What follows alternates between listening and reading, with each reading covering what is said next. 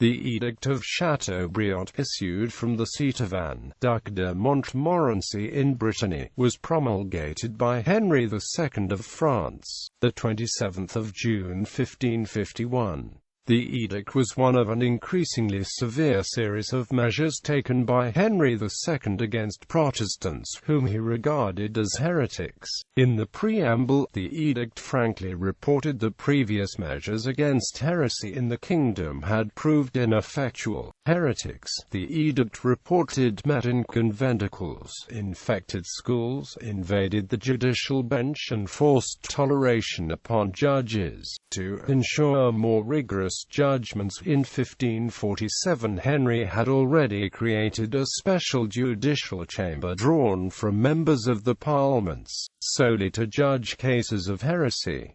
The edict contained quite detailed provisions. It called upon the civil and ecclesiastical courts to detect and punish all heretics, and place severe restrictions on Protestants, including loss of 1/3 of property granted to informers, who were also granted immunity, and confiscations of property both movable and immovable belonging to those who had fled to Geneva, with whom the king's subjects were forbidden to correspond, to send money. 14 of its 46 articles were concerned with censorship. Its terms strictly regulated the press by prohibiting the sale, importation or printing of any book unapproved by the Faculty of Theology at the University of Paris. Then or now, it was implied, in the future, booksellers were to display a copy of the faculty's printed list of prohibited books alongside a list of books for sale. Delegates of the faculty were to make visits twice a year to each bookseller to ensure that the provisions were complied with. Since 1542 it had been a requirement that any shipment of books into France be opened and unpacked in the presence of delegates from the Faculty of Theology, which now, according to Roger Doucet, assumed the intellectual direction of the kingdom. Though the edict went so far as to forbid the discussion of religious topics at work, in the fields, or over meals,